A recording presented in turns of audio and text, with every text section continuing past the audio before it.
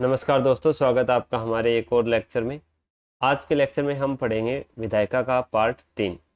विधायिका के 2 पार्ट हम पहले पढ़ चुके हैं। आज हम विधायिका को कंप्लीट कर देंगे। पहले हमने लोकसभा, राज्यसभा, इनका गठन, सदस्यों का निर्वाचन वगैरह पढ़ा। उसके बाद दूसरे लेक्चर में हमने किस प्रकार से कोई विधेयक कानून बनता है ये पढ़ा। और तीसरे लेक्चर में आज हम इसके जो अधिवेशन होते हैं, सत्र बुलाए जाते हैं, संसदीय समितियाँ बनाई जाती हैं, उनमें कितने सदस्य होते हैं, किस प्रकार से उनका चुनाव होता है, ये सारी चीज़ें पढ़ेंगे। और जो संसद की कार्यप्रणाली है उसमें जो विभिन्न प्रकार के प्रश्न पूछे जाते हैं, तारांकित प्रश्न, अतारांकित प्रश्न, उन सब पर डिटेल में डिस्कशन करेंगे। हालांकि ये प्रश्न जनरली कम पूछे जा रहे हैं, लेकिन अब जो आरपीएससी का लेवल हमें दिख रहा है उसमें काफ़ी गहराई से क्वेश्चन पूछे जा रहे हैं, तो इनको हमें एक बार ध्यान में रखना जरूरी है। तो सबसे पहले हम देखते हैं कि संसद के सत्र को आहूत कैसे किया जाता है।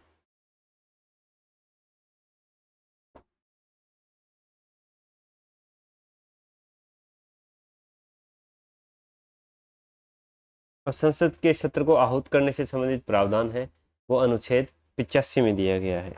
कौन से अनुच्छेद में? 85 में। क्या कहा गया है 85 में? 85 में कहा गया है कि ये संसद को सत्र आहूत करने की या सत्र अवसान करने की शक्ति है वो राष्ट्रपति में निहित है। राष्ट्रपति ही संसद के सत्र को आहूत करेगा, तिथि तय करेगा, स्थान तय करेगा और संसद के सदनों को सत्र के लिए, अधिवेशन के लिए बुलाएगा। लेकिन क्या ये शक्ति राष्ट्रपति के विवेकाधीन शक्ति है? मतलब राष्ट्रपति के जब मन में आया तब वो संसद का सत्र बुला लेगा क्या? ऐसा नहीं है। उसे ये चीज़ भी मंत्रिपरिषद और प्रधानमंत्री की सलाह से ही करना है। तो ये किस प्रकार से होता है? ये होता है कि सबसे पहले मंत्रिपरिषद की बैठक होती है।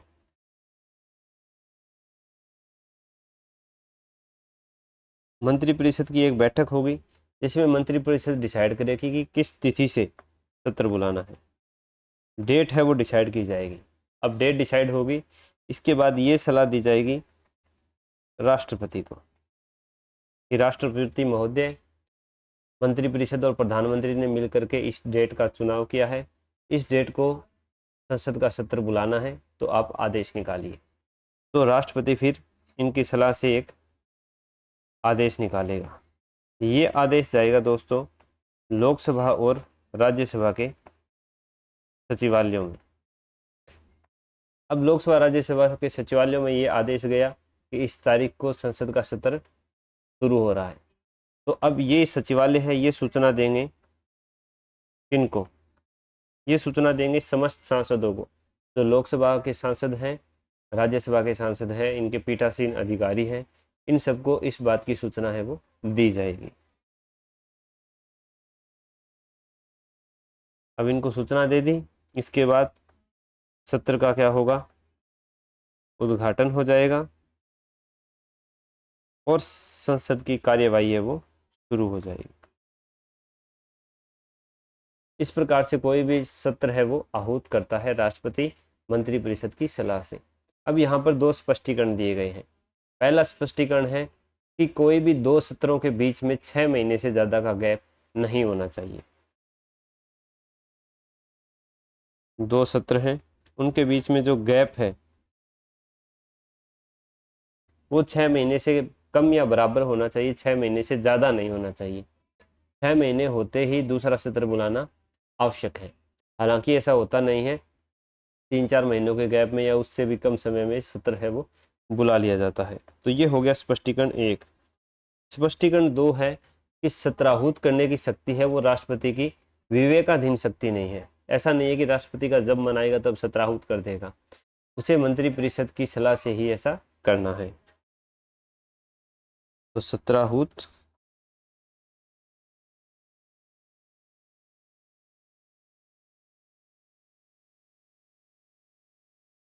राष्ट्रपति की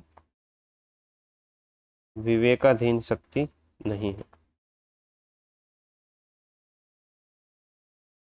अब सत्राहूत हो गया, सत्र है वो बुला लिया गया है। इसके बाद क्या प्रोसीजर होगा? इसके बाद जो प्रोसीजर होगा वो हम देखेंगे, लेकिन उससे पहले हम जानते हैं कि सत्र होते कितने प्रकार के हैं। ऐसे है कि नॉर्मली ऐसा कोई भी संविधान में इसका वर्गीकरण नहीं है, लेकिन संसदीय परंपरा के अनुसार सत्र हैं वो हमने 3 प्रकार के रखे हैं। सत्र के प्रकार कौन कौन से प्रकार हैं? एक होता है दोस्तों बजट सत्र। बजट सत्र कब आता है? बजट फरवरी के पहले हफ्ते में शुरू, आजकल हम उसको बजट भाषण दिया जाता है। तो ये जनवरी से अप्रैल तक बजट सत्र चलता है, क्योंकि बजट भाषण से पहले आर्थिक सर्वेक्षण भी प्रस्तुत किया जाता है दोनों सदनों के समक्ष, तो वो जनवरी में शुरू हो जाता है ये चीज़ें। तो ये बजट सत्र हो गया जनवरी से अप्रैल तक। दूसरा होता है दोस्तों मानसून सत्र। अब मानसून कब आती है? मानसून आती है, पीक मानसून जुलाई में शुरू होती है और सितंबर तक चलती है। तो ये मानसून सत्र है। हालांकि मानसून से रिलेटेड नहीं है, ये एक याद करने की दृष्टि से बता रहा हूँ। तो मानसून सत्र हो गया। और तीसरा होता है शीतकालीन सत्र। शीतकालीन सत्र नवंबर दिसंबर में होता है। अब ये 3 सत्र हैं, और ऐसा भी नहीं है कि इनके आगे जो लिखे हुए महीने जनवरी अप्रैल जुलाई सितंबर इनमें ही ये हो। इनसे लंबा भी खींच सकता है और इनसे पहले भी इनका सत्रावसान हो सकता है। परंपरा इन्हीं 3 सत्रों के अनुसार चल रही है। इनके अलावा एक और सत्र होता है जिसे हम बोलते हैं लैमडेक सत्र। अब ये लैमडेक सत्र क्या होता है? लैमडेक सत्र होता है जब नई विधानसभा का चुनाव हो जाता है, तो पुराने वाले विधानसभा की अंतिम बैठक होती है। उनमें जो सदस्य पुरानी वाली में तो थे लेकिन नई वाली में नहीं चुने गए, उनको लेमडेक बोलते हैं। लेमडेक का वैसे सामान्य अर्थ होता है आलसी आदमी, तो इसलिए इस अंतिम बैठक है उसको लेमडेक सत्र बोल देते हैं। ये वैसे परीक्षा की दृष्टि से ज़्यादा उपयोगी नहीं है। अब सत्र की परिभाषा क्या होगी? सत्र की परिभाषा होगी कि जो सत्र की प्रथम बैठक हुई है उससे लेकर सत्रावसान तक जो बीच का समय है ना, उसको हम एक सत्र बोलते हैं। अब मान लो प्रथम बैठक हो गई, लेकिन सत्रावसान होने से पहले ही लोकसभा विघटित हो गई, तो जो प्रथम बैठक से लेकर लोकसभा विघटन की तिथि होगी उनके बीच का जो समय है वो सत्र काउंट किया जाएगा। तो ये हो गए संसद के 3 सत्र जो सामान्यतः संसदीय परंपरा में चलते हैं। अब इस पे बाद होता है राष्ट्रपति का अभिभाषण।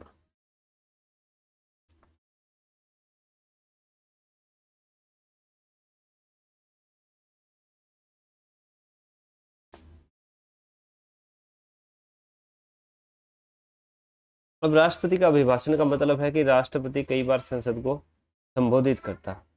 तो ऐसे 2 मौके आते हैं जहां पर राष्ट्रपति संसद को संबोधित करता है। वो 2 मौके कौन से हैं? नंबर 1 है वर्ष के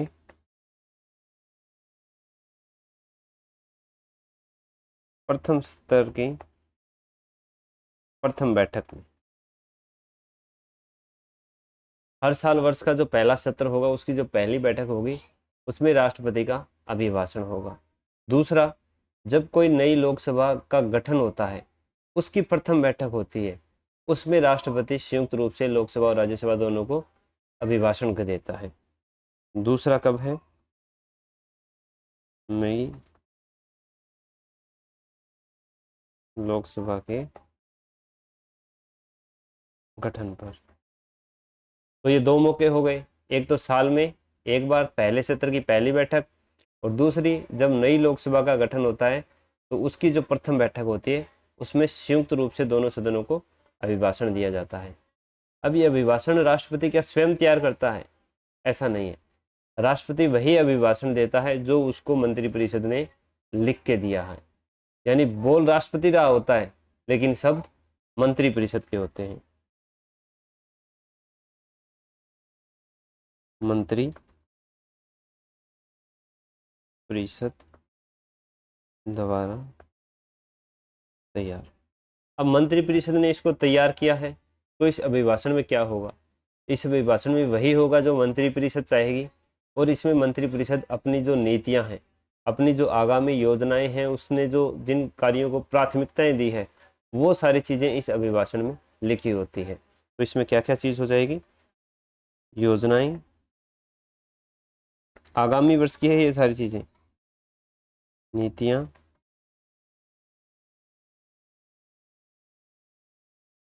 और प्राथमिकताएं।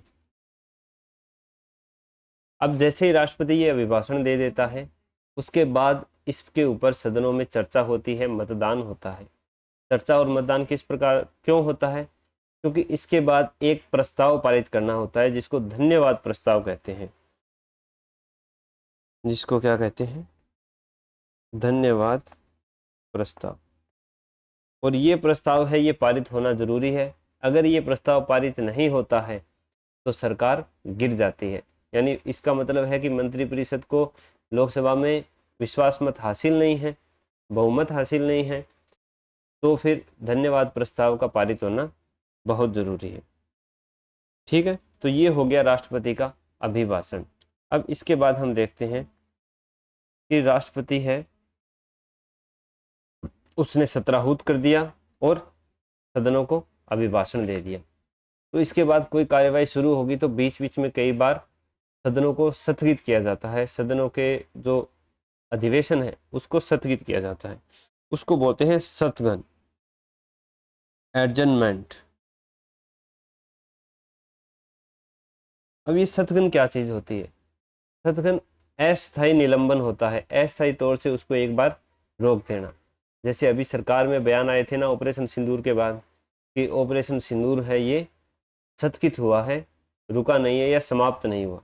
इसका मतलब यही है कि उसको एक बार अस्थायी समय के लिए, थोड़ी देर के लिए रोक दिया गया है, वो बाद में वापस दोबारा चालू हो जाएगा। तो ये होता है सत्गन। अब ये सत्गन करता कौन है, सत्गन क्या हो गया, अस्थायी निलंबन।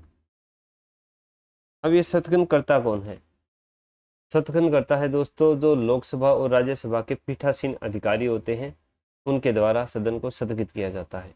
लोकसभा में कौन होते हैं, लोकसभा अध्यक्ष, और राज्यसभा में राज्यसभा के सभापति, जिसको राष्ट्रपति भी कहते हैं। कितनी देर के लिए स्थगित करते हैं, ये सदन को स्थगित कर सकते हैं कुछ मिनटों के लिए, कुछ घंटों के लिए, या कुछ दिनों के लिए भी। कई बार इसको अनिश्चित काल के लिए भी स्थगित कर दिया जाता है, तो उसको हम क्या बोलते हैं, साइन डाई सत्गन बोलते हैं। जो अनिश्चित काल के लिए सत्गन है उसको साइन डाई सत्गन बोला जाता है। तो इसको सत्गन कौन करते हैं, सदन के पीठासीन अधिकारी।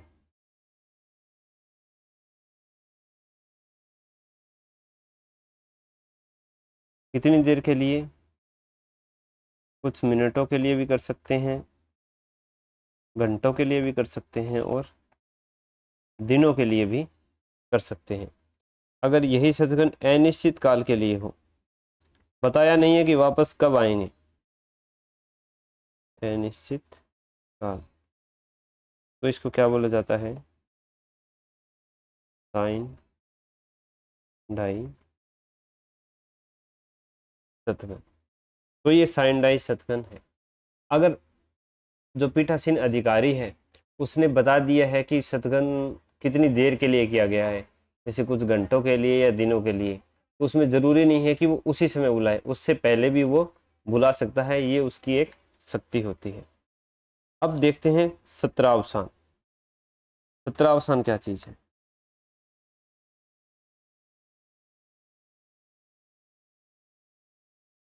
सत्रावसान का मतलब है सत्र का अवसान हो जाना, सत्र की समाप्ति हो जाना, सत्र की समाप्ति।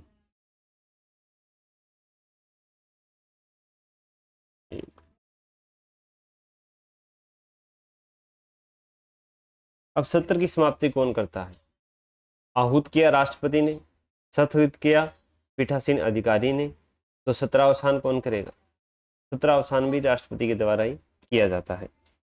सत्र की समाप्ति है वो पीठासीन अधिकारी और राष्ट्रपति। तो राष्ट्रपति इसको सत्रावसान करता है, पीठासीन अधिकारी है वो नहीं करता है। ये आपको याद रखना है, ठीक है।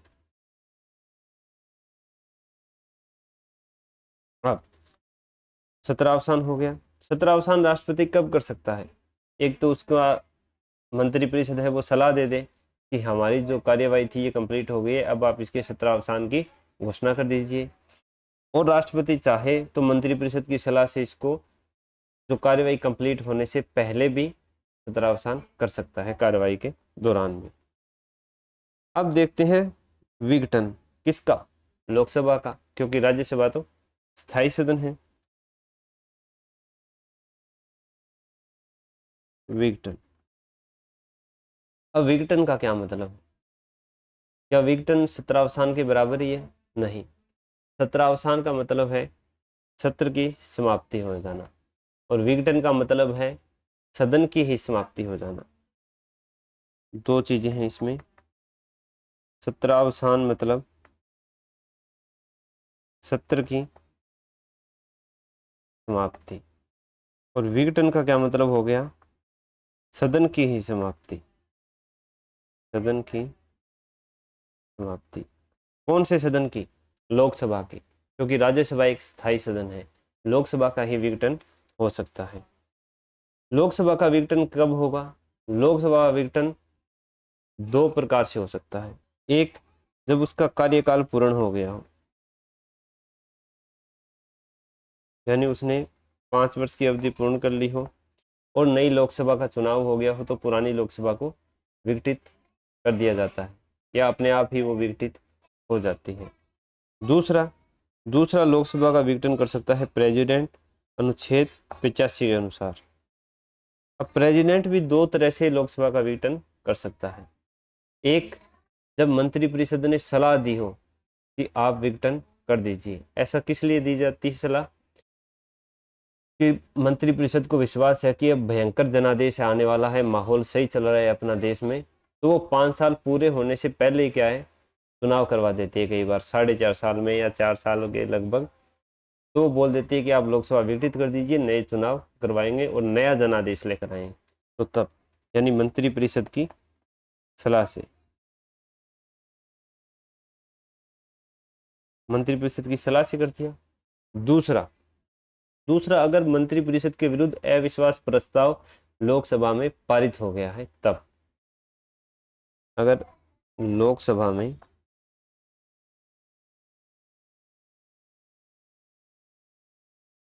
अविश्वास प्रस्ताव पारित हो गया है और कोई भी नया दल है वो सरकार बनाने की स्थिति में नहीं है, तो राष्ट्रपति इस स्थिति को भांप करके लोकसभा का विघटन कर सकता है। ठीक है, तो ये दो कंडीशन हो गई लोकसभा के विघटन की। तो अब हमने देख लिया क्या क्या। सत्राहूत राष्ट्रपति करेगा अनुच्छेद 85 के अनुसार। सदगण कौन करेंगे? सदगण सिर्फ पीठासीन अधिकारी है, वही कर सकते हैं। सत्रावसान कौन करेगा? सत्रावसान फिर से राष्ट्रपति करेगा।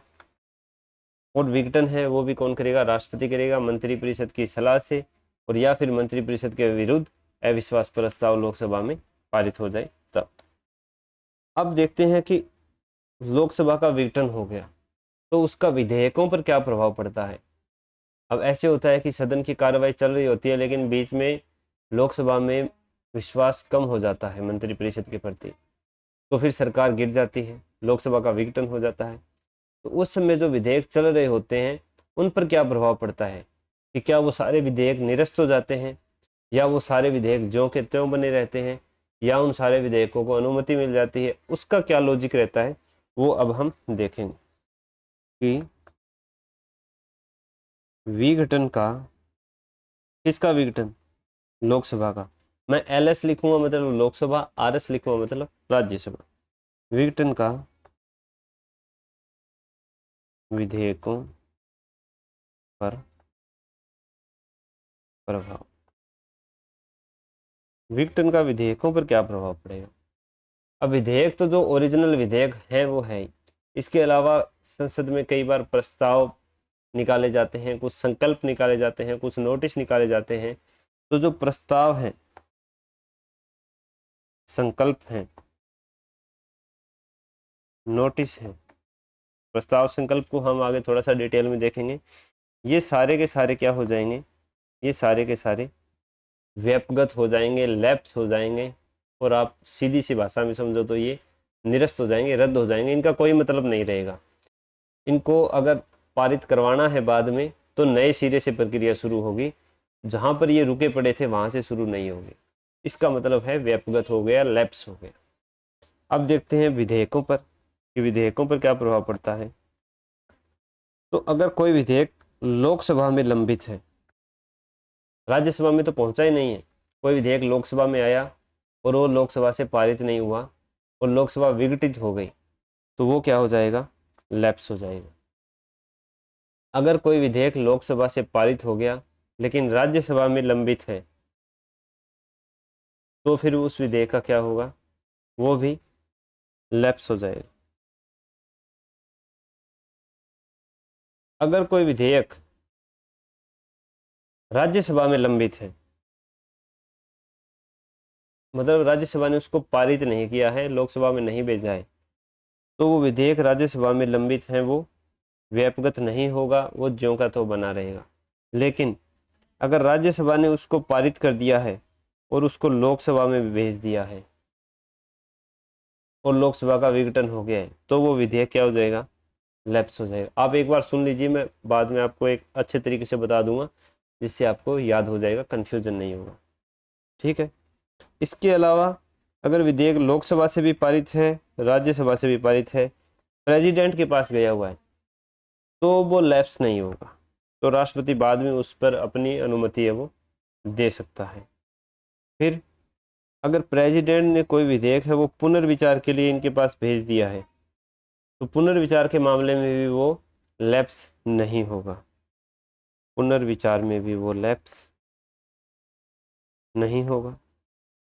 दूसरा, अगर कोई संविधान संशोधन विधेयक है तो वो भी क्या हो जाएगा, लैप्स हो जाएगा, रद्द हो जाएगा। तो ये है लोकसभा के विघटन पर विधेयकों का व्यापकगत हो जाना या लैप्स हो जाना। अब हम इसको थोड़ा सा डिटेल में देख लेते हैं। डिटेल में मतलब एक याद रहने के तरीके से।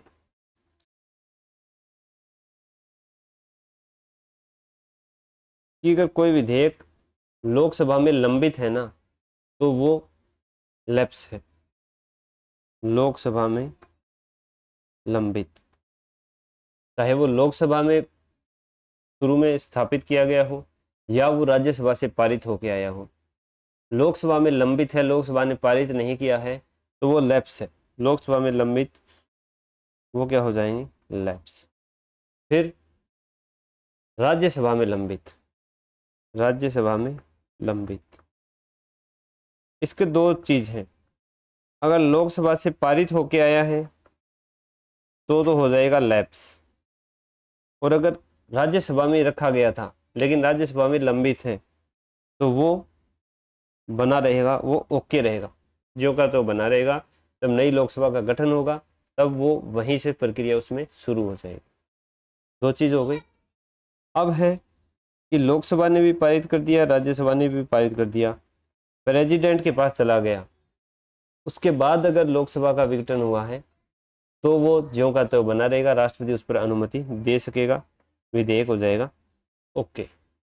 अगर राष्ट्रपति ने पुनर्विचार के लिए भी लौटाया है तो भी वो विधेयक है वो लैप्स नहीं होगा, वो क्या बना रहेगा, ओके। और अगर किसी भी विधेयक पर दोनों सदनों में गतिरोध उत्पन्न हुआ था, जिसके कारण राष्ट्रपति ने संयुक्त बैठक की कोई तिथि निकाल दी थी, आदेश निकाल दिया था, और उसके बाद लोकसभा का विघटन हो गया है, तो भी विधेयक लैप्स नहीं होगा, वो लोकसभा का उस बैठक में भाग लेगी और उसके ऊपर निर्णय आएगा। तो अगर संयुक्त बैठक का निर्णय या आदेश निकाला जा चुका है, इस तारीख को संयुक्त बैठक होगी, संयुक्त बैठक का आदेश कौन निकालता है, राष्ट्रपति, अनुच्छेद 108 के अनुसार, तो वो विधेयक है वो ओके रहेगा, वो लैप्स नहीं होगा। जो संविधान संशोधन विधेयक है वो भी क्या हो जाएगा, लैप्स हो जाएगा, चाहिए कहीं पड़ा हो, सिवाय राष्ट्रपति की अनुमति के। तो ये चीजें हैं, ये आपको ध्यान में रखनी है। ये थोड़ी मैंने समझाने की कोशिश की है, हो गया है, हो सकता है आपको समझ में आ गई हो। अब हम देखते हैं संसद का कामकाज। कि जो हम एमपी चुन के भेजते हैं वो संसद में किस प्रकार से कार्य करते हैं। कुछ वीडियो में हम देखते हैं कि काफ़ी ज़्यादा हंगामा हो रहा होता है, तो वो हंगामा किस समय होता है संसद में, किस समय ऐसी छूट मिलती है कि कोई भी संसद का सदस्य है वो प्रश्न पूछ सकता है, ये सारी चीज़ें। अब हम देखेंगे संसद का कामकाज। संसद का कामकाज। अब संसद का कामकाज होता है वो अधिवेशनों के जरिए होता है। जो सदनों की बैठक होती है ना, इसको हम अधिवेशन बोलते हैं। ये कैसे होता है? ये अधिवेशन। अब एक दिन का जो कार्य दिवस होता है ना, उसी को हम एक अधिवेशन बोलते हैं। एक कार्य दिवस, एक दिन है, उसको हम एक अधिवेशन बोलेंगे। अब अधिवेशन को दो भागों में बांटा जाता है। कैसे? एक पहली बैठक, एक दिन को दो भागों में बांटते हैं। पहली बैठक हो गई, तो दूसरी क्या होगी? दूसरी होगी दूसरी बैठक। दूसरी बैठक। अब सबसे बढ़िया मजेदार बात यह है कि संसद का काम शुरू होता है 11 बजे। जब सूरज चढ़ जाता है, दिन धौला हो जाता है। पहली बैठक का समय क्या रहेगा? 11 बजे से लंच तक रहेगा। दूसरी बैठक का समय क्या रहेगा? लंच से जब तक पीठासीन अधिकारी अधिवेशन समाप्ति की घोषणा न करते। अब लंच टाइम क्या रहता है? लंच टाइम सामान्यतः रहता है 1 बजे से 2 बजे के बीच में। यानी 11 से 1-2 घंटे पहले मिलेंगे पहली बैठक में, और 2 से सामान्यतः ये 6 बजे तक चलता है, तो 2 से 6 रहेंगे दूसरी बैठक में। एनलेजिया, ठीक है। तो अब ये डिसाइड कौन करता है कि किस समय पर किस प्रकार का विधेयक है वो प्रस्तुत किया जाएगा, कौन से प्रश्न पूछे जाएंगे? इसके लिए एक होती है कार्य मंत्रणा समिति। कार्य मंत्रणा समिति, बिजनेस एडवाइजरी कमेटी बोलते हैं। ये डिसाइड करती है कि बैठक में किन विशिष्ट मुद्दों को उठाया जाएगा और उनके लिए समय का आवंटन किस प्रकार से किया जाएगा। इसका अध्यक्ष कौन होता है? इसका अध्यक्ष लोकसभा में लोकसभा अध्यक्ष होता है, और राज्यसभा में राज्यसभा का सभापति होता है। तो ये हमने देख लिया संसद का कामकाज की संसद कामकाज किस प्रकार से शुरू होता है। अब संसद का अधिवेशन आ गया है, 11 बज चुके हैं, तो आगे की कार्रवाई कैसे होगी वो देखते हैं। अब इसमें विभिन्न प्रकार का पूरा दिन है ना, इसमें भी समय डिवाइड किया गया है, जिनको हम 4 प्रकार से मुख्य देखते हैं। सबसे पहले होता है प्रश्नकाल, इसके बाद होता है शून्यकाल, इसके बाद होता है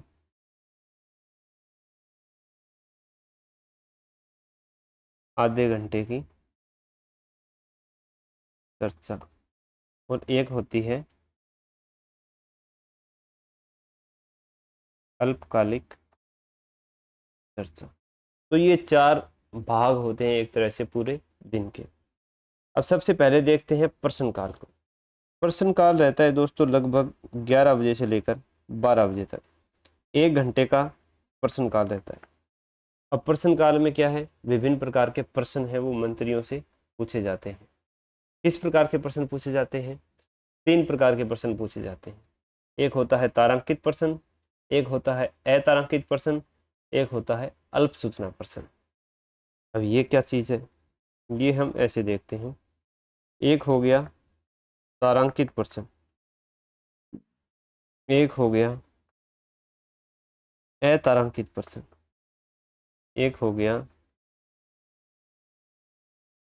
अल्प सूचना प्रश्न। इनके आगे प्रश्न लगा लेना यार, क्वेश्चन लिख देता हूँ मैं, ठीक है। अब ये क्या क्या चीज़ है, इनमें क्या डिफरेंस है? तारांकित से स्पष्ट है कि इनके ऊपर स्टार मार्क लगा होगा। तारांकित प्रश्नों पर स्टार मार्क होता है, अतारांकित और अल्प सूचना पर स्टार मार्क नहीं होता। तारांकित प्रश्नों का जो उत्तर है वो मंत्री मौखिक रूप से देता है। कौन देता है? तारांकित प्रश्नों का उत्तर मंत्री देता है। किस प्रकार से? मौखिक रूप से, यानी सदन में बोल करके उनका उत्तर सॉरी दिया जाता है। अब कोई प्रश्न पूछा गया है, उसका उत्तर दिया है बोल करके, तो हम बोल करके उससे पूरक प्रश्न भी पूछ सकते हैं। तो यहाँ पर पूरक प्रश्न पूछा जा सकता है, यानी सप्लीमेंट्री क्वेश्चन सामने से प्रश्नोत्तर किए जा सकते हैं। ये है तारांकित प्रश्न की विशेषता। अब इसको सबसे पहले ऐसे नहीं है कि तारांकित प्रश्न आज पूछना है तो आज जाके सीधा मेज पर टिका दिया, प्रधानमंत्री से पूछना है तो प्रधानमंत्री वाली जो चेयर लगी है जहाँ पर प्रधानमंत्री लिखा हुआ है वहां ले जाके स्लिप रख दी, ऐसा नहीं है। उनको कम से कम 15 दिन पहले 15 दिन पहले सचिवालय में देना होता है, और फिर सचिवालय से वो प्रश्न है वो जो संबंधित मंत्री है उसको प्रस्तुत किया जाता है। अब सचिवालय ने उसको प्रस्तुत कर दिया, तो ये 15 दिन का मतलब यही है कि आज दिया है उस मंत्री के लिए प्रश्न, तो मंत्री के पास 15 दिन का समय होता है। 15 दिन से पहले भी वो उसका उत्तर दे सकता है और 15वें दिन भी दे सकता है। 15 दिन तक उसके पास समय है। अतारांकित में कोई स्टार मार्क नहीं होता, और इनका उत्तर है वो लिखित रूप में दिया जाता है, मौखिक रूप में नहीं, लिखित रूप में। किसी ने कोई सवाल पूछा है मंत्री से तो उसका उत्तर लिखित रूप में उसके ऑफिस में या उसके जो घर का पता है, आवासीय पता है, वहाँ पर स्पीड पोस्ट कर दिया जाता है, या वो सचिवालय से भी उसको ग्रहण कर ले सकता है। ये होता है अतारांकित प्रश्न। अब ये लिखित होता है, लिखित आएगा तो कोई डाक आई है तो उस डाक से तो हम पूरक प्रश्न पूछेंगे नहीं, तो इनमें पूरक प्रश्न नहीं पूछ सकते हैं। इसमें भी कितने दिन का समय होता है? 15 दिन का समय होता है। अब आता है अल्प सूचना वाले प्रश्न। अल्प सूचना वाले प्रश्न उन विषयों पर पूछे जाते हैं जो अभी तात्कालिक कोई मुद्दा चल रहा है, जो सार्वजनिक महत्व का मुद्दा है और बहुत ही आवश्यक है, अर्जेंट है, यानी अत्यावश्यक प्लस लोक महत्व का विषय है, बहुत ही जरूरी विषय है। इसमें किस प्रकार से? इसमें मौखिक रूप से, इसमें उत्तर मौखिक रूप से दिए जाते हैं, और मौखिक रूप से उत्तर दिए जा रहे हैं, इसका मतलब इसमें पूरक प्रश्न पूछे जा सकते हैं। लेकिन इसकी जो अवधि है उत्तर देने की वो कितनी है? 10 दिन है। 10 दिन के अंदर अंदर इसका उत्तर देना जरूरी है, या सिर्फ 10 दिन की पूर्व सूचना से इसको स्थापित किया जा सकता है। तो ये 3 प्रकार के प्रश्न हो गए, तारांकित, अतारांकित और अल्प सूचना वाले प्रश्न। अब अल्प सूचना वाले प्रश्न के अलावा इनके अलावा एक और होता है जो गैर सरकारी सदस्यों से पूछे जाते हैं। गैर सरकारी सदस्य कौन होते हैं? गैर सरकारी सदस्य, गैर सरकारी सदस्य यानी जो मंत्री नहीं है, उन्हीं को तो हम गैर सरकारी सदस्य कहते हैं। इनसे प्रश्न किस प्रकार से पूछे जाते हैं कि अगर कोई विधेयक है उसमें इस सांसद की कुछ भूमिका लग रही है, या उस पर कोई सांसद जांच कर रहा है या ड्राफ्ट बनाया, जो कुछ भी है, तो फिर उस गैर सरकारी सदस्य से प्रश्न पूछे जाते हैं और वो उत्तर देता है। मुख्य रूप से ये 3 ही होते हैं, तारांकित, अतारांकित और अल्प सूचना वाले प्रश्न। अब देखते हैं हम शून्यकाल। प्रश्नकाल देख लिया, इसके बाद आता है शून्यकाल। शून्यकाल में क्या होता है? शून्यकाल में क्या हो जाती है? सारों के शून्य हो जाती है, मतलब हर कोई प्रश्न पूछने के लिए उतावला हो जाता है। जो हम बहुत ज़्यादा हंगामा देखते हैं सदनों में ज़्यादातर, वो शून्यकाल के दौरान ही होता है। इसमें बिना किसी पूर्व सूचना के सीधे मौखिक रूप से प्रश्न पूछे जाते हैं और उनका उत्तर दिया जाता है। तो आपस में ज़्यादातर बहसबाजी ही में इस काल में देखने को मिलती है। इसमें क्या होता है? बिना कोई पूर्व सूचना के,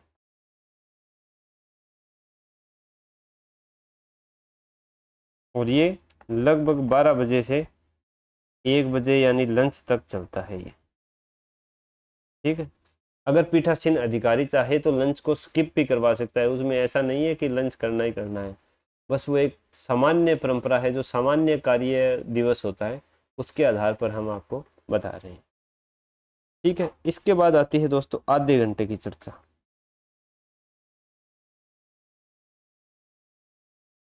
अब ये आधे घंटे की चर्चा का क्या मतलब है? आधे घंटे की चर्चा का मतलब है कि कोई भी ऐसा मामला है जो लोक महत्व का है और उस पर हमें विस्तार से जवाब चाहिए। कि कोई अगर पहले प्रश्न पूछा गया है उस पर मंत्री ने उत्तर दे दिया लेकिन विस्तार से उत्तर नहीं दिया, तो उसको हम आधे घंटे का जो चर्चा है उसमें देख सकते हैं कि कोई प्रश्न ऐसा है जिसका पहले तो उत्तर दिया जा चुका है लेकिन उस पर हमें अब क्या चाहिए, विस्तार से जवाब चाहिए। तो उसको हम आधे घंटे की चर्चा में उठाएंगे। इसके लिए समय लगभग 5 बजे से 5:30 बजे तक का निर्धारित किया रहता है जनरली। इसके लिए दिवस भी निर्धारित किए रहते हैं कि आधे घंटे की चर्चा है वो सप्ताह में 3 ही दिन होगी। किस दिन? मंडे, फिर ट्यूसडे छोड़ दो, वेडनेसडे, फिर थर्सडे छोड़ दो, फ्राइडे। यानी सोमवार, बुधवार और शुक्रवार को ही आधे घंटे की चर्चा सामान्यतः रखी जाती है। इसके बाद आती है दोस्तों अल्पकालीन चर्चा।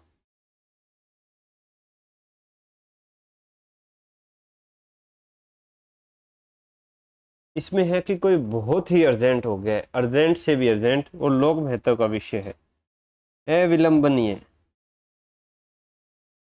यानी अर्जेंट है और लोक महत्व का है, उसके ऊपर बहस करने की या मतदान करने की, विचार करने की जो प्रक्रिया है वो अल्पकालीन चर्चा में अपनाई जाती है। इसके लिए कार्य मंत्रणा समिति है वो सप्ताह में 2 दिन का समय रखती है। जो कार्य मंत्रणा समिति है वो सप्ताह में कोई भी 2 दिन डिसाइड करती है कि इन दिन ये अल्पकालीन चर्चा होगी। तो ये हो गया हमारे जो संसद की कार्यविधि है कि ये कार्य दिवस किस प्रकार से चलता है। इसके बाद आते हैं कुछ प्रस्ताव और कुछ संकल्प। अब प्रस्ताव और संकल्प में थोड़ा अंतर देख लेते हैं।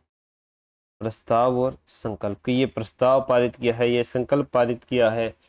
अगर कोई संघवाद से जुड़े अनुच्छेद में संशोधन करना है तो इसको सदनों के विशेष बहुमत के साथ साथ आधे राज्यों के विधानमंडलों से संकल्प पारित कराना पड़ेगा। तो ये प्रस्ताव और संकल्प में क्या अंतर होता है? पहले तो मैं आपको बता दूं कि जो संकल्प है वो एक प्रकार का प्रस्ताव ही होता है।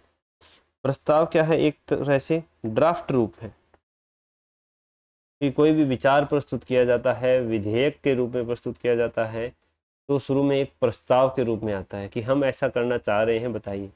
और फिर जब उस प्रस्ताव पर एक बढ़िया से डिस्कशन हो जाती है, उसको आखिर में पूर्ण रूप से, जो प्रस्ताव का पूर्ण रूप है ना, वो किसका रूप ले लेता है? संकल्प का।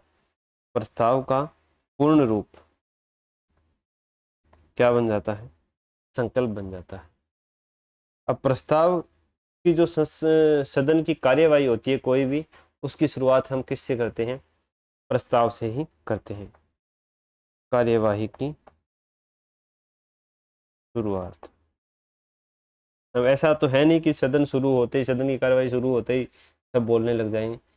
कोई एक विशेष प्रस्ताव आएगा कि ये प्रस्ताव है, अब इसके ऊपर डिस्कशन होना है। अब इस जो प्रस्ताव है इनके कुछ प्रकार हैं। क्या प्रकार हैं वो हम देखते हैं। मुख्य रूप से 5 प्रकार हैं। एक है विश्वास प्रस्ताव। अब विश्वास है तो अविश्वास भी होगा। दूसरा कौन सा हो गया? अविश्वास प्रस्ताव। तीसरा कौन सा हो गया? निंदा प्रस्ताव। चौथा कौन सा हो गया? विशेषाधिकार प्रस्ताव। इनके आगे प्रस्ताव आप लिख लेना। एक होता है ध्यानाकर्षण प्रस्ताव। ये 5 मुख्य रूप से होते हैं। इसके अलावा कुछ छोटे मोटे भी होते हैं, जैसे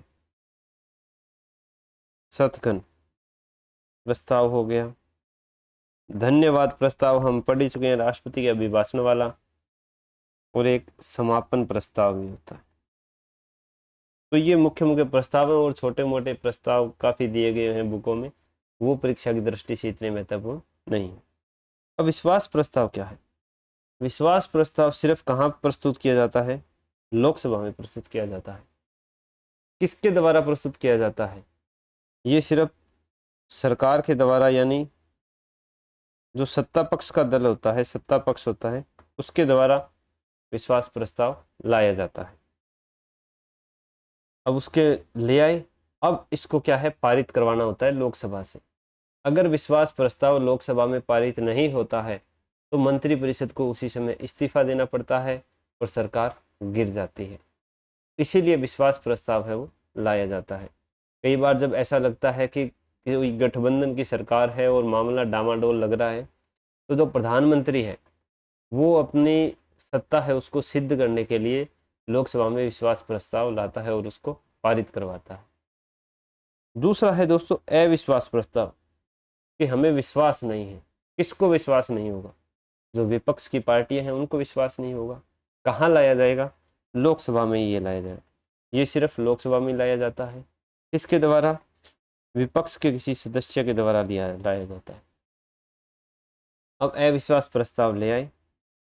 अब इस प्रस्ताव को लाने के लिए एक शर्त है, इसके लिए कम से कम 50 सदस्यों का समर्थन हासिल होना चाहिए।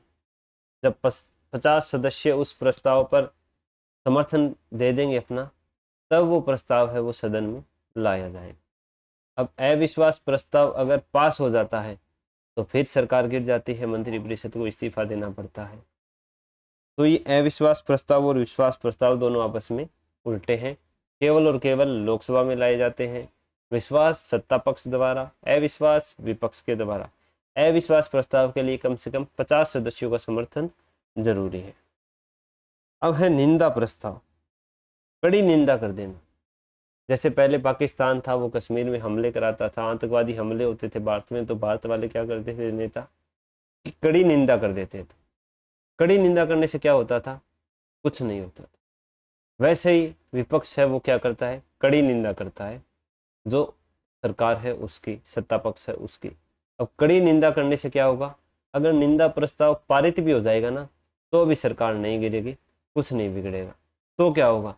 उनके ऊपर थोड़ा सा राजनीतिक दबाव आ जाएगा कि निंदा प्रस्ताव पारित हो गया है, तो अब हमें जो विश्वास प्रस्ताव है उसको पारित करवाओ लोकसभा से, ताकि राष्ट्रपति को तो ये कम से कम लगे कि हाँ, सरकार है वो लोकसभा का विश्वास मत हासिल है। तो यह है निंदा प्रस्ताव। निंदा प्रस्ताव भी कहाँ पारित किया जाएगा? ये भी सिर्फ और सिर्फ लोकसभा में लाया जाएगा। निंदा प्रस्ताव है वो वैसे कोई भी ला सकता है, ये नहीं है कि विपक्षी ही लाए। जो सत्ता पक्ष का कोई सदस्य है वो भी ला सकता है, जो सरकार कोई विधेयक बनाई है, कोई नीति निर्माण कर रही है, उससे संतुष्ट ना हो। सामान्यतया विपक्ष लाता है। किस कारण से लाता है? कि अगर वो किसी सरकारी कार्य से, नीति से क्या है, असहमत है। अब लोकतंत्र में असहमति का अधिकार सबको दिया गया है कि आप अपनी असहमति है उसको व्यक्त कर सकते हो। तो संसद में ये निंदा प्रस्ताव के जरिए होता है। इससे सत्ता पक्ष पर दबाव बनता है और उसके बाद में उसको विश्वास मत है वो हासिल करना होता है, विश्वास प्रस्ताव पारित करवाना है। इसके बाद ध्यानाकर्षण, अंदर जा जीनू यो ले, और आई ना आपके इधर, ठीक है, ले यो भी ले जा। अरे थप्पड़ की पड़ेगी तेरे, ठीक है। तो ये हो गए विश्वास प्रस्ताव, अविश्वास प्रस्ताव और निंदा प्रस्ताव। अब है ध्यानाकर्षण प्रस्ताव।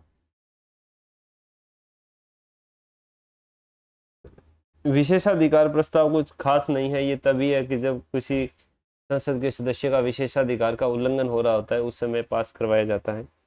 ध्यानाकर्षण प्रस्ताव होता है, ये वही है, कोई अर्जेंट है, लोक महत्व का विषय है,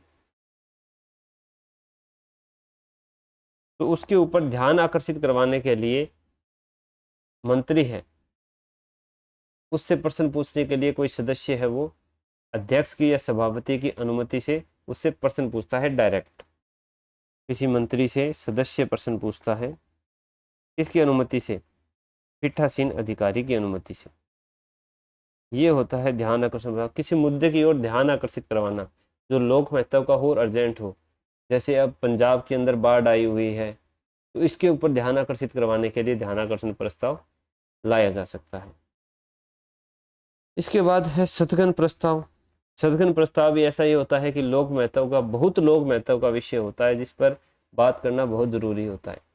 ये सदगन प्रस्ताव पारित हो जाए तो बाकी कार्रवाई है उसको एक बार रोक दिया जाता है और उसी मुद्दे पर चर्चा होती है और लगभग 2.5 घंटे का समय इसमें दिया जाता है। सदगन प्रस्ताव में भी 50 सदस्यों का समर्थन जरूरी है। 50 सदस्यों का समर्थन कहाँ कहाँ चाहिए? सदगन प्रस्ताव में और अविश्वास प्रस्ताव में। लेकिन सदगन प्रस्ताव की कुछ शर्तें हैं कि इसमें एक ही विषय होना चाहिए जिस पर चर्चा की जानी है। ये नहीं है कि एक से ज़्यादा विषय ले रखे हैं, उनके ऊपर कोई चर्चा नहीं होगी, और वो विषय है वो निश्चित रूप से लोक महत्व का, सार्वजनिक महत्व का होना चाहिए। किन विषयों के ऊपर सदगन प्रस्ताव नहीं आएगा?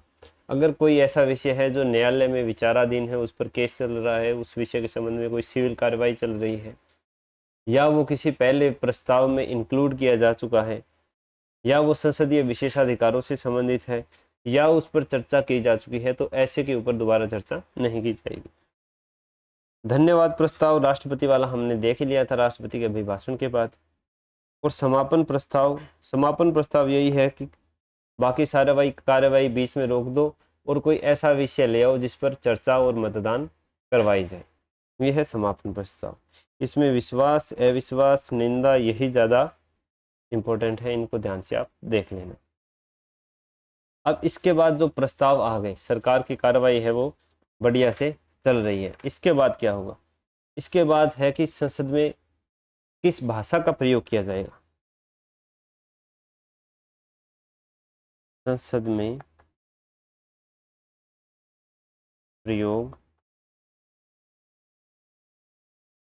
की जाने वाली भाषा, कि ठीक है कार्रवाई तो आप कर रहे हो सारी, लेकिन वो कार्रवाइयाँ होगी किस भाषा में, जो ड्राफ्ट बनेंगे वो किस भाषा में बनेंगे। तो हमारा जब संविधान लागू हुआ था 1950 में, उस समय ये प्रावधान था कि संसद की जो समस्त कार्यवाहियाँ हैं वो हिंदी और इंग्लिश दोनों में की जाएगी, या हिंदी या अंग्रेजी में की जाएगी, या अंग्रेजी था। और उसमें ये प्रावधान था कि 15 वर्षों के बाद इसमें से या अंग्रेजी शब्द है वो हटा दिया जाएगा, यानी 1950 के बाद 1965 में क्या प्रावधान था कि संसद की भाषा है वो क्या रहेगी, सारी कार्रवाई हिंदी या अंग्रेजी में होगी। हिंदी या अंग्रेजी में होगी। कितने साल तक चलेगी? 15 साल तक। संविधान कब लागू हुआ? 1950। 15 साल इसमें जुड़े, कितने हो गए? 1965। मतलब 1965 के बाद अंग्रेजी है उसको हटा दिया जाएगा और संसद की भाषा सिर्फ हिंदी रह जाएगी। अब दक्षिण भारतीय राज्यों में हिंदी के प्रति क्या थी? विरुद्ध भावना थी, हिंदी को पसंद नहीं करते थे वो। तो 1963 में ही विद्रोह शुरू हो गए हिंदी के प्रति, और इस जो संविधान था, नियम है इसके प्रति, कहाँ पर? पश्चिमी बंगाल में और मुख्य रूप से तमिलनाडु में। अब जब ये ऐसे विद्रोह हुए कि हम पर हिंदी भाषा थोपी जा रही है, तो उस समय ये संशोधन करना पड़ा कि इसको ज्यों का तो रखा जाता है और अंग्रेजी को नहीं हटाया जाएगा। तो वापस से हिंदी प्लस अंग्रेजी है वो आज तक बनी हुई है। उस समय राजभाषा अधिनियम पारित किया गया था 1963, राजभाषा अधिनियम 1963, जिसमें यही बताया गया कि संसद की कार्यवाही है वो दोनों भाषाओं में चलती रहेगी। अब अगर संसद चाहे कि कोई ऐसा सदस्य है जो हिंदी और अंग्रेजी में अपना भाषण देने में या अपनी अभिव्यक्ति देने में असमर्थ है, तो वो अपनी मातृभाषा में अपना भाषण है, अपने जो विचार है वो रख सकता है सदनों में। लेकिन इसके लिए इसकी पूर्व सूचना उसको पीठासीन अधिकारी को देनी होगी, ताकि वहाँ पर मौखिक अनुवादक है, जो ट्रांसलेटर है, जो साथ साथ में बोलता है। जैसे वो पश्चिम बंगाल का है, तो वो अगर बांग्ला बोल रहा है तो वो साथ साथ में ट्रांसलेट करके पूरे सदन को समझाएगा कि हिंदी या अंग्रेजी में उसका क्या मतलब है। तो ऐसे में किसी भी संसद के सदस्य को उसकी मातृभाषा में विचार रखने की पूर्व सूचना देने पर पीठासीन अधिकारी उसको अनुमति दे सकता है। तो ये है संसद में प्रयोग की जाने वाली भाषा। अब देखते हैं संसदीय विशेषाधिकार। इस संसद को और संसद के सदस्यों को किस प्रकार के विशेषाधिकार और उन्मुक्तियां प्राप्त है, जो ज़्यादातर अनुच्छेद 105 से उनको प्राप्त होती है। संसदीय विशेषाधिकार।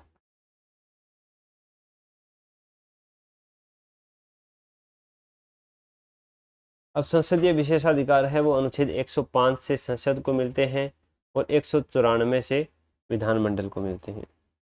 अनुच्छेद 105 से संसद को और 194 से राज्यों के विधानमंडलों को संसद के विशेषाधिकार मिलते हैं।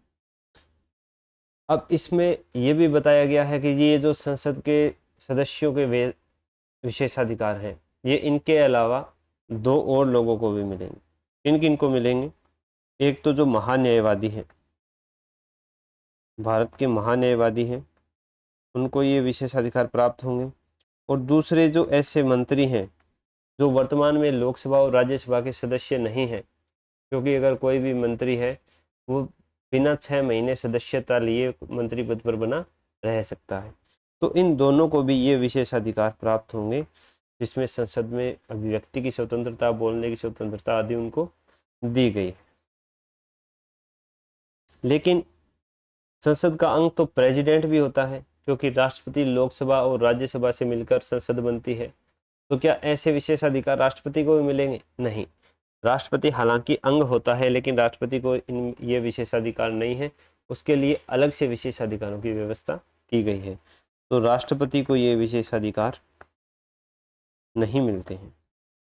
अब हम देखते हैं कि अनुच्छेद 105 के अनुसार किस प्रकार से विशेषाधिकार संसद को प्राप्त है। अनुच्छेद 105। अब जब शुरू में संसदीय विशेषाधिकारों की व्यवस्था की गई थी, तो हमारे संविधान में ये लिखा हुआ था कि जब तक संसद विधि बना करके अपने विशेषाधिकारों को नहीं बनाती है, तब तक जो हाउस ऑफ कॉमन्स जो इंग्लैंड में चलते हैं, उसके सदस्यों को जो विशेषाधिकार प्राप्त हैं, वही संसद के सदस्यों को विशेषाधिकार प्राप्त होंगे। कौन से? जो हाउस ऑफ कॉमन्स में है।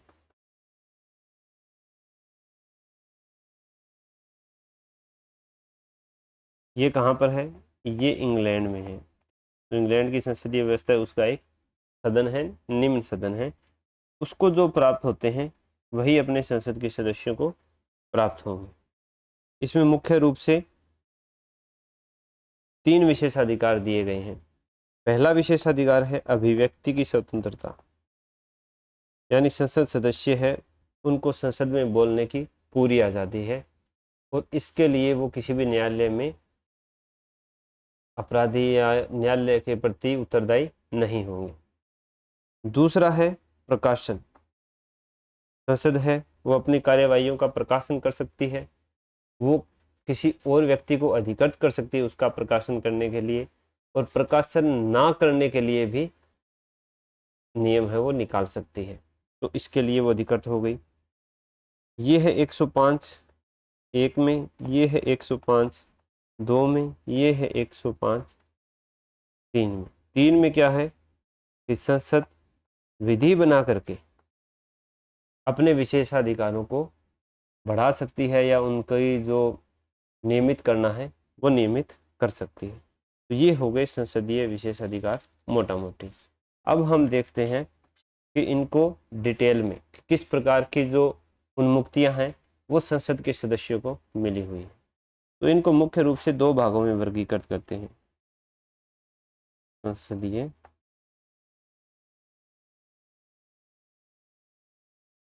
विशेषाधिकारों का वर्गीकरण। ये 2 तरह से प्राप्त होते हैं। एक सामूहिक रूप से, कि सबको एक साथ मिल रहे हैं। दूसरे हो गए व्यक्तिगत रूप से, कि अकेले अकेले को किस प्रकार के विशेषाधिकार है वो प्राप्त होंगे। सबसे पहले सामूहिक में आता है कार्यवाहियां चलाने का अधिकार।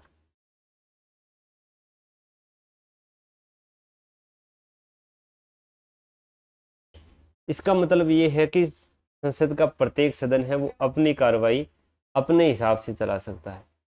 ऐसा नहीं है कि उसकी जो अनियमितता है कार्यवाहियों की, कि सत्र है वो टाइम पे ख़त्म नहीं हो पा रहा है, बैठकें कम हो रही है, इसके प्रति उनको किसी भी प्रकार से उत्तरदायी नहीं ठहराया जाएगा। वो अपने हिसाब से अपना काम करने के लिए छूट उनको मिली हुई है। ये है कार्यवाही चलाने का अधिकार। दूसरा है बहस या कार्यवाही का प्रकाशन। वो खुद भी प्रकाशित कर सकती है, किसी व्यक्ति को भी अधिकृत कर सकती है, और प्रकाशन ना करने के लिए भी नियम निकाल सकती है कि संसद की इस कार्यवाही को प्रकाशित नहीं किया जाएगा। ये संसद के विशेषाधिकारों में आता है। अब प्रकाशन से संबंधित कुछ और स्पष्टीकरण है कि अगर किसी ने संसद का प्रकाशन किया है तो उसमें दो तरह की चीज़ें नहीं होनी चाहिए, नहीं उसको दंड का प्रावधान हो। पहली कौन सी चीज़ है कि अगर उसने दुर्भावनापूर्ण उसका प्रकाशन किया है, कि बातों को तोड़ मरोड़ करके पेश किया जा रहा है, या जो सिर्फ गलत चीज़ें हैं उनको ही दिखा करके पेश किया जा रहा है, तो ऐसा प्रकाशन नहीं है। दूसरा कि अगर सदन के पीठासीन अधिकारी ने, अगर किसी सदस्य ने कोई बात बोली है, कुछ भाषण दिया है, उसको काट दिया है कि इस चीज़ का प्रकाशन नहीं करना है, और फिर भी उसका आप प्रकाशन कर रहे हो, तो वो भी दंडनीय अपराध होगा। और तीसरा है कि अगर इनका कोई गुप्त सत्र चल रहा है, गुप्त सेशन चल रहा है, तो उसका प्रकाशन आप नहीं कर सकते। दुर्भावनापूर्ण नहीं होना चाहिए। अगर कोई भाग हटाया है तो उसका प्रकाशन नहीं होना चाहिए, और अगर कोई गुप्त सत्र चल रहा है तो उसका प्रकाशन नहीं होना चाहिए। इसके बाद कोई बाहरी व्यक्ति है, उसको गुप्त सत्र से निकाला जा सकता है। बाहरी व्यक्ति को निकालना, आपको पता है, आप अनुमति लेकर के संसद के जो सदन है उनकी कार्यवाहियों को देख सकते हो। ये अनुमति वैसे सभी को नहीं मिलती है, जुगाड़ लगाना पड़ता है। तो ऐसे में अगर कोई बाहर का व्यक्ति कार्यवाही देखने के लिए आया हुआ है तो गुप्त सत्र में उसको बाहर निकाला जा सकता है। दूसरा है कि विशेषाधिकारों के लिए दंड, कि अगर उनके विशेषाधिकारों का उल्लंघन करता है कोई, विशेषाधिकारों के उल्लंघन पर दंड, तो उस पर दंड लगा सकता है सदन। उसके प्रति वारंट भी जारी कर सकता है कि जिस व्यक्ति ने सदन की अवमानना की है उसके खिलाफ उसकी गिरफ्तारी भी हो सकती है। तो सदन को दंड देने का भी अधिकार है। उसके अलावा व्यक्तिगत हम बाद में देखेंगे। सदन की चार दीवारी के भीतर जो काम होंगे वो सारे सदन के पीठासीन अधिकारी के अनुमति से होंगे, कि अगर व्यक्ति ने कोई अपराध किया है और उसको गिरफ्तार करने आई है पुलिस, तो पीठासीन अधिकारी उसको गिरफ्तार नहीं करने देगा, वो उसकी अनुमति से ही उसको ले जाया जा सकेगा। और है कि अगर कोई विधेयक बना है या कोई प्रस्ताव आया है, उस पर किसी समिति को काम सौंपा गया है, तो वो समिति जो रिपोर्ट बनाएगी उसको सबसे पहले संसद के समक्ष ही प्रस्तुत किया जाएगा, सदन के समक्ष प्रस्तुत किया जाएगा। ये नहीं है कि उसको हम पहले ही कहीं और प्रकाशित कर दें या वो चीज़ लीक हो जाए। ये चीज़ें नहीं होनी चाहिए। ये जो समिति की रिपोर्ट है वो सबसे पहले सदन के समक्ष प्रस्तुत होगी।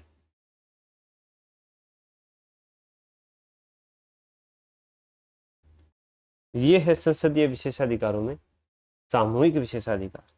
अब हम देखते हैं व्यक्तिगत विशेषाधिकार, कि व्यक्तिगत रूप से कौन से विशेषाधिकार मिले गए।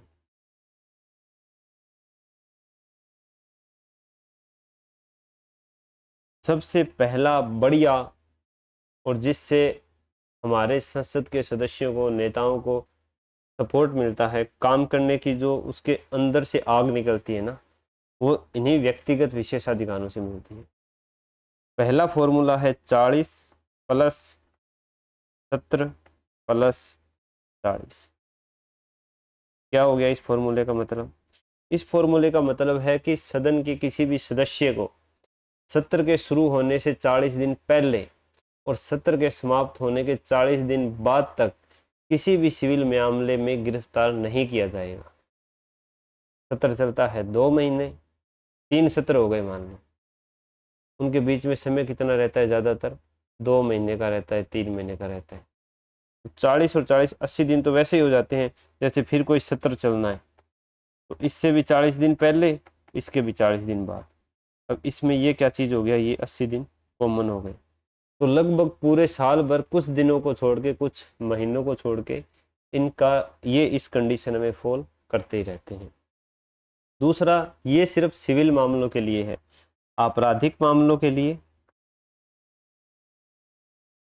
और निवारक निरोध के लिए, यानी प्रिवेंटिव डिटेंशन, इन मामलों में ये चीज़ लागू नहीं होती है। आपराधिक मामलों में उसको गिरफ्तार किया जा सकता है, निवारक निरोध में भी उसको गिरफ्तार किया जा सकता है। दूसरा है कि वो किसी मामले में कोई गवाह बना हुआ है तो उसको गवाह के रूप में किसी भी न्यायालय में उपस्थित होने से पहले सदन की अनुमति मिलेगी, तभी वो गवाह के रूप में उपस्थित होगा। नहीं तो उस केस की तारीख है वो आगे टाल दी जाएगी, जब उसको समय मिलेगा तब वो गवाह के रूप में वहाँ जाएगा।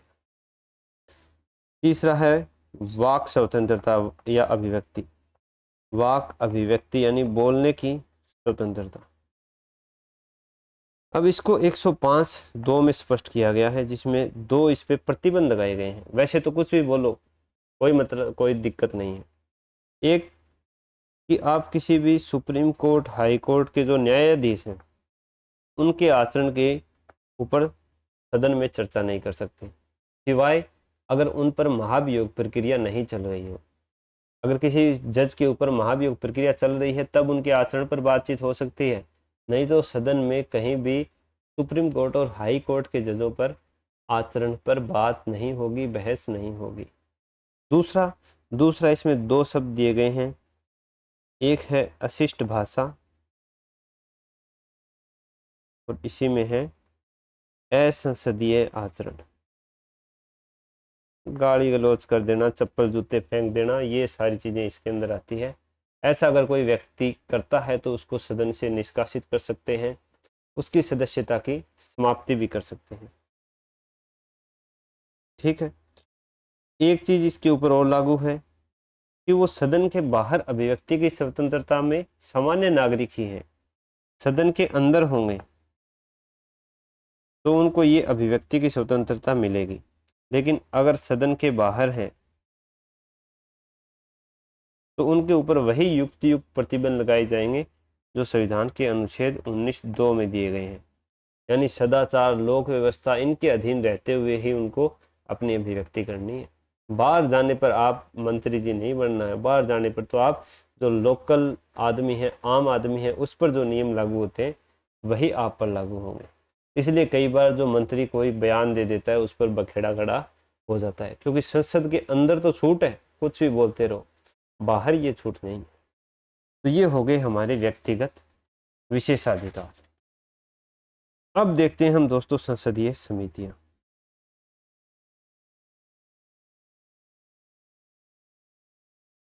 अब ये संसदीय समितियां क्या चीज है?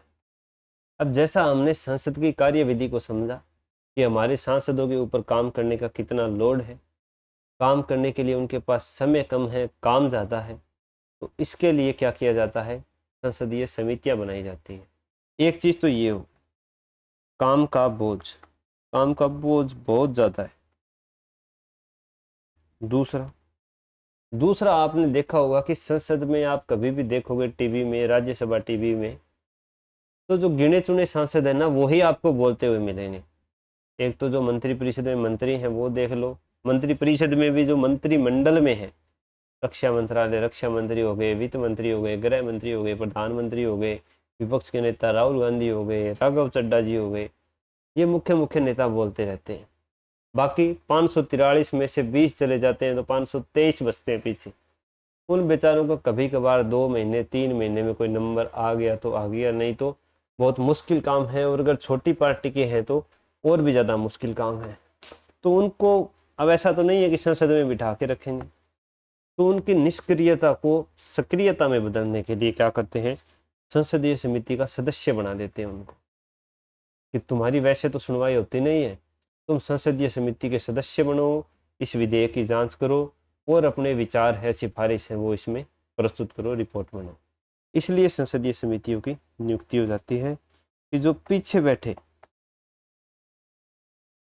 सांसद हैं उनकी निष्क्रियता को कम करने के लिए।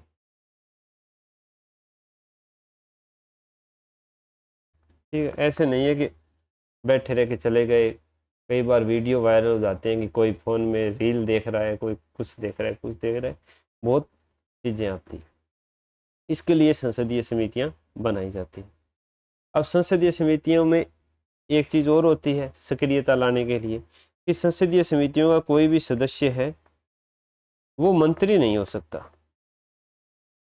मतलब जो सरकार है वो संसदीय समिति में किसी प्रकार का हस्तक्षेप नहीं करती है।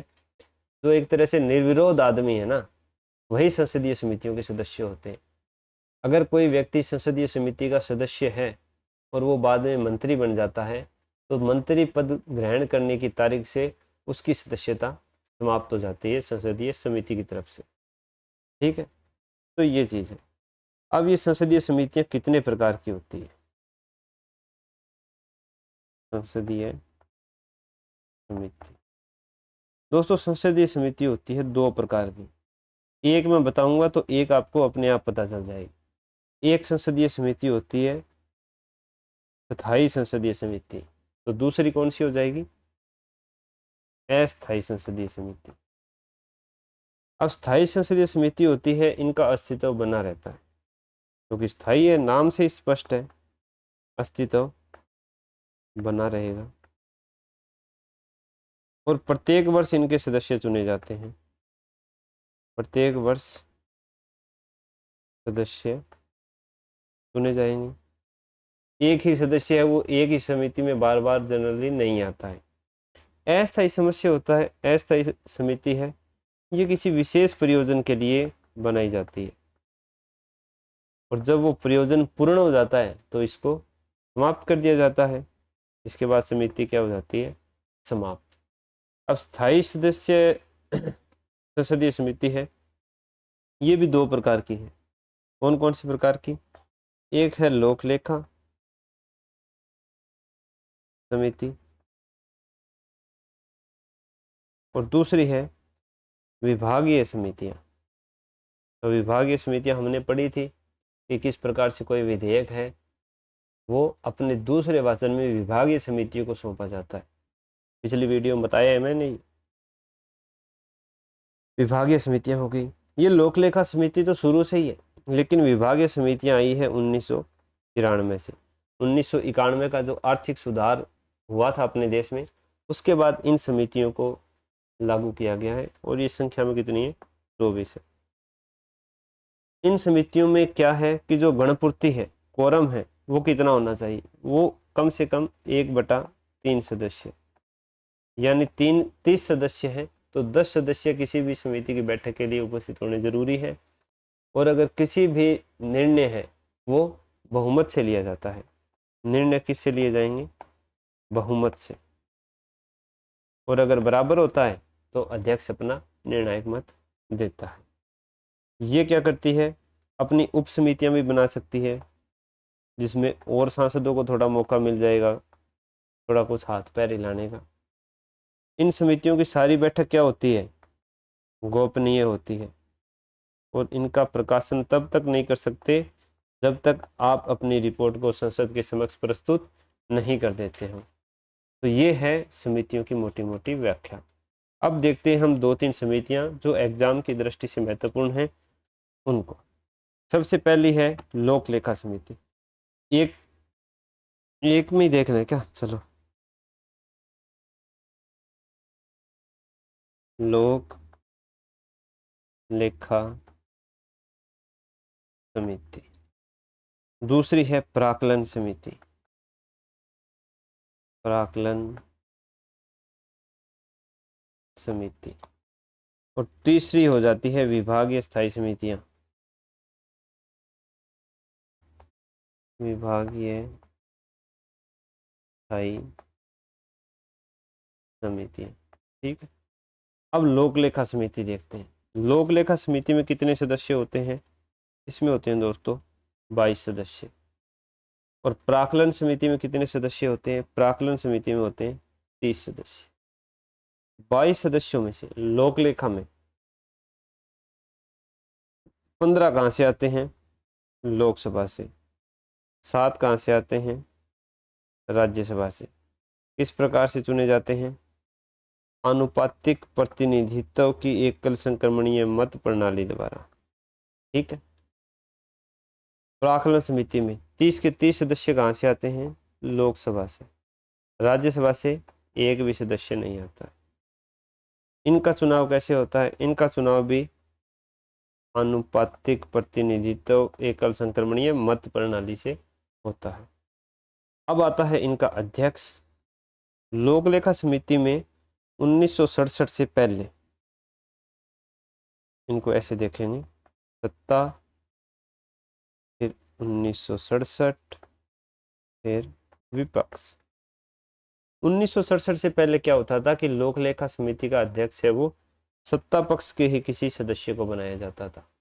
लेकिन 1967 के बाद ये सहमति बन गई, संसदीय परंपरा विकसित हो गई जो आज तक चली आ रही है कि लोक लेखा समिति का अध्यक्ष है वो किसी विपक्ष के सदस्य को बनाया जाएगा। प्राक्कलन समिति का अध्यक्ष कौन होता है? प्राक्कलन समिति के अध्यक्ष का चयन लोकसभा अध्यक्ष करता है। लोकसभा अध्यक्ष किन में से करता है? जो ये 30 सदस्य है ना, इनमें से ही करता है, और वो सत्ता पक्ष का सदस्य होता है। अब इनके काम क्या क्या हैं? लोक लेखा समिति क्या करती है कि इसके सरकार जो है उसके वार्षिक लेखों की जांच करती है। वार्षिक लेखों की जांच मतलब कि इसने जिस जगह पर जितनी राशि खर्च होनी थी उतनी की, ज़्यादा तो नहीं कर दी, कहीं अनुदान की मांग में जो उसकी नीति थी उससे ज़्यादा तो धन नहीं उठा लिया है। ये सारी चीज़ें लोक लेखा समिति करती है। प्राक्कलन समिति क्या करती है? प्राक्कलन समिति बजट संबंधी जो खर्चे हैं, बजट में प्रस्तावित खर्चे हैं, उनकी समीक्षा करती है। अब ये प्राक्कलन समिति है, ये चलती रहती है, बजट पारित होने के बाद भी चलती रहती है, और समय समय पर अपनी रिपोर्ट है वो सदन के समक्ष प्रस्तुत करती रहती है, ताकि जो चलो इस बार तो जो बजट हो गया वो हो गया, लेकिन आगे आने वाले बजट में किसी भी प्रकार की एक्स्ट्रा मांगे ना कर पाए। कि इन्होंने पिछली बार रक्षा मंत्रालय में 10,000 करोड़ मांगे थे, लेकिन ये लगा पाए हैं 5,000 करोड़ ही। तो अगली बार जो सरकार है उस पर दबाव बना रहेगा कि वो ज़्यादा राशि उस मंत्रालय से संबंधित अनुदान में नहीं ले पाएगी, उसके हिसाब से वो 7-8 करोड़ ही लेगी। इस प्रकार से प्राक्कलन समिति का कार्य होता है। तो लोक लेखा में 22 सदस्य, 15 लोकसभा, 7 राज्यसभा। अध्यक्ष कहाँ का? विपक्ष का। प्राक्कलन में 30 सदस्य, सारे लोकसभा के, अध्यक्ष भी सत्ता का। कौन चुनता है? लोकसभा का अध्यक्ष सदस्यों में से ही। अब आती है विभागीय स्थायी समितियां। इनकी संख्या कितनी है? 24 है, मैंने आपको बताया था। ये दोनों सदनों की अलग अलग समितियां हैं, जिसमें से 16 तो है लोकसभा में, लोकसभा के अंडर आती है, 8 आती है दोस्तों राज्यसभा के अंडर। इन 16 समितियां लोकसभा के अंडर, 8 समितियां राज्यसभा के अंडर। अब इस एक समिति में सदस्य कितने होते हैं? एक समिति में सदस्य होते हैं दोस्तों 45। 45 में से 30 लोकसभा के होते हैं, 15 राज्यसभा के होते हैं। लोकसभा वालों को लोकसभा अध्यक्ष मनोनीत करता है, राज्यसभा वालों को राज्यसभा सभापति मनोनीत करता है। ठीक है, तो ये हो गई अपनी विभागीय स्थायी समितियां। इसके बाद में क्या है? इसके बाद में है कार्य मंत्रणा समिति, बिजनेस एडवाइजरी कमेटी, जो सारी समय आवंटित करती हैं वो कार्य मंत्रणा समिति। इसका क्या काम है?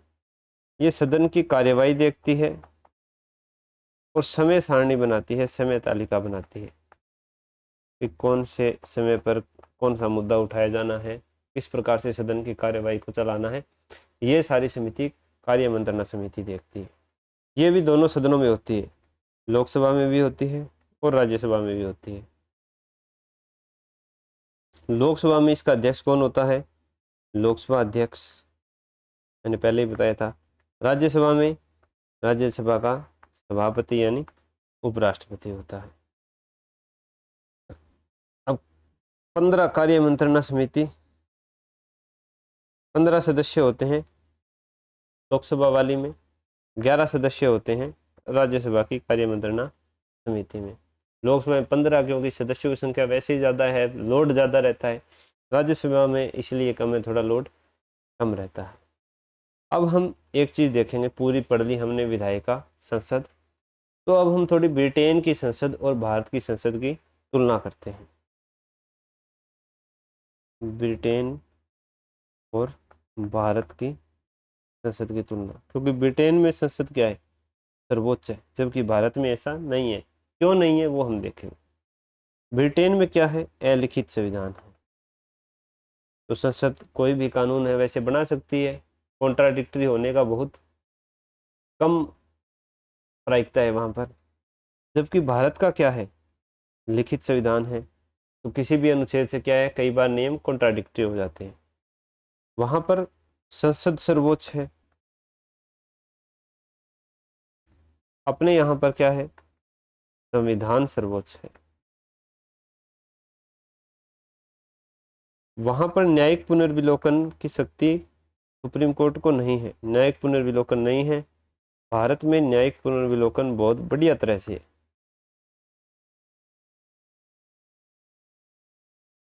बहुत बढ़िया तरीके से हो गया। वहां पर संसद कोई भी नियम बना सकती है, उसके नियम बनाने, कानून बनाने पर कोई सीमा नहीं, कोई सीमा नहीं। लेकिन हमारे संविधान में कई जगह ऐसी दी हुई है जहां पर संसद की कानून बनाने की सीमा क्या है, थोड़ी कम हो जाती है। जैसे भाग 3 में मूल अधिकार दिए गए हैं। अब संसद ऐसी कोई विधि नहीं बना सकती जो मूल अधिकारों का हनन करती हो या उससे असंगत हो। तो जैसे मूल अधिकारों की गारंटी दी गई है अपने संविधान में,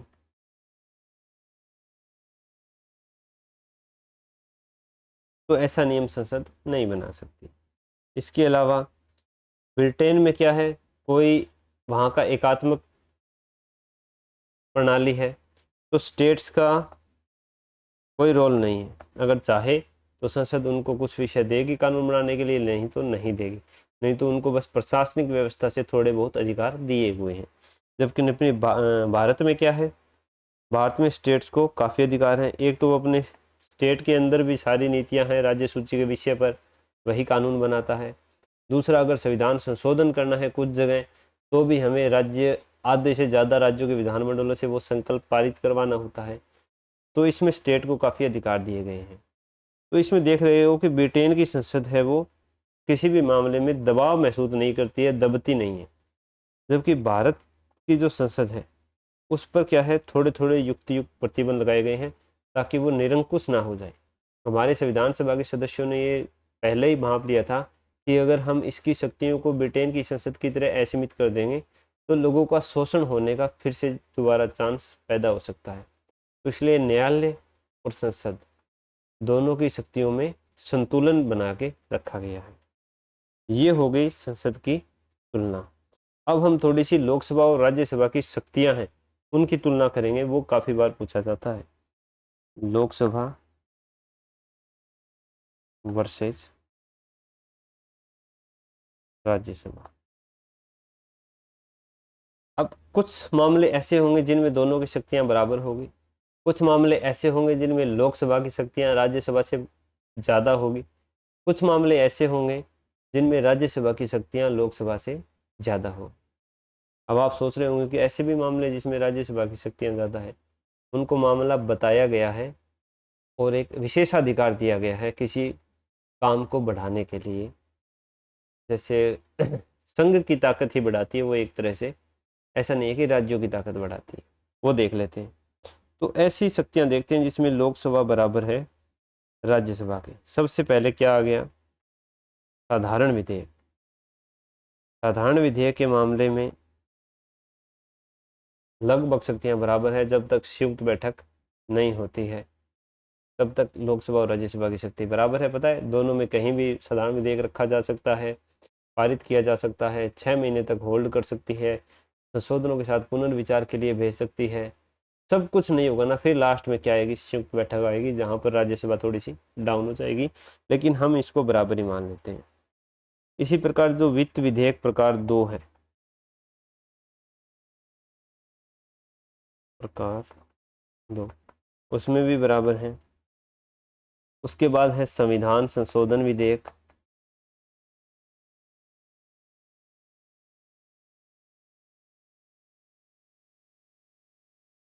इसमें भी दोनों में से किसी भी सदन में प्रस्तुत किया जा सकता है, दोनों में अलग अलग, इसमें तो और ज़्यादा ताकत है, संयुक्त बैठक का प्रावधान भी नहीं है, दोनों में अलग अलग 2/3 बहुमत से, विशेष बहुमत से पारित होना चाहिए, तो इसमें स्ट्रोंग है। दूसरा, जो प्रधानमंत्री और मंत्रिपरिषद चुनी जाती है, काउंसिल ऑफ मिनिस्टर, वो राज्यसभा से भी मंत्री बन सकते हैं। इसके अलावा जो प्रेसिडेंट का चुनाव होता है, महाभियोग होता है, उसमें दोनों का योगदान बराबर होता है। और जो वाइस प्रेसिडेंट का चुनाव होता है, उसमें दोनों का योगदान बराबर होता है। और वाइस प्रेसिडेंट को अगर हटाना है तो उसका प्रस्ताव सिर्फ राज्यसभा में लाया जाएगा। ये राज्यसभा की थोड़ी सी एक्स्ट्रा शक्ति है। अब ऐसी शक्तियां देखते हैं, ऐसे कार्य देखते हैं जिसमें लोकसभा ग्रेटर देन है राज्यसभा से। तो सबसे पहला आता है धन विधेयक, आ गया, लाया ही लोकसभा में जाएगा, राज्यसभा उस पर संशोधन भी नहीं कर सकती है, थोड़े से सुझाव दे सकती है जो लोकसभा पर बाध्यकारी नहीं है, ज़्यादा से ज़्यादा उसको 14 दिनों तक रोक सकती है, नहीं तो वो उसी रूप में पारित मान लिया जाता है। धन विधेयक है या नहीं कोई विधेयक, ये लोकसभा का अध्यक्ष डिसाइड करता है, तो इस मामले में लोकसभा क्या हो गई, बड़ी हो गई। इसी प्रकार जो वित्त विधेयक एक प्रकार है, प्रकार 1, वो भी इसी प्रकार है। इसके बाद जो बजट है वो लोकसभा में प्रस्तुत होता है, बजट पर कोई ज़्यादा बजट पर मतदान नहीं होता है राज्यसभा में, तो इसमें लोकसभा हावी है राज्यसभा के ऊपर। दूसरी संयुक्त बैठक मैंने आपको बता ही दिया। संयुक्त बैठक में क्योंकि लोकसभा के जो सदस्य हैं वो राज्यसभा के दुगने से भी ज़्यादा हैं, तो लोकसभा का बहुमत रहता ही रहता है, तो राज्यसभा वहाँ पर एक बस चर्चा का विषय बन के रह जाती है। अब ऐसी चीज़ें जो राज्यसभा को ग्रेटर बनाती है लोकसभा से, 249, 312, और एक तरह से देखा जाए तो वाइस प्रेसिडेंट को जो हटाने की प्रक्रिया है उसमें, क्योंकि वाइस प्रेसिडेंट को हटाने का प्रस्ताव राज्यसभा में ही लाया जाता है, लोकसभा में नहीं ला सकते। 249 में क्या है, 249 में है कि अगर राज्यसभा ये बहुमत से पारित कर दे कि राष्ट्रहित में किसी राज्य सूची के विषय पर संसद द्वारा कानून बनाना जरूरी हो गया है, तो 1 साल तक के लिए संसद को उस विषय पर कानून बनाने की शक्ति प्राप्त हो जाती है। इसमें राज्य विधानमंडलों की अनुशंसा लेने की, संकल्प लेने की जरूरत नहीं है।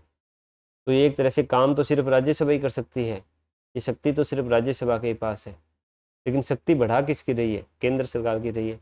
लेकिन देश की एकता अखंडता के लिए कई बार ऐसी चीज़ें जरूरी हो जाती है। दूसरा क्या आ गया, अनुच्छेद 312, ऑल इंडिया सर्विसेज,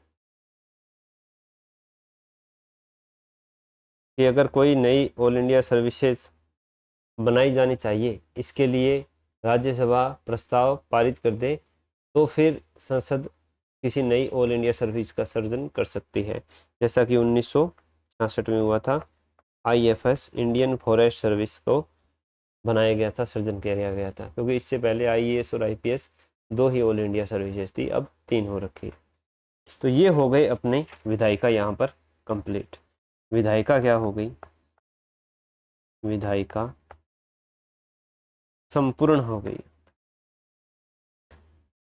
ठीक है, तो अगर ये आपको कुछ समझ में आया हो, दिमाग में आ गई हो, तो कमेंट बॉक्स में कुछ लिख देना अपने अमूल्य सुझाव। कोई डाउट हो तो बता देना।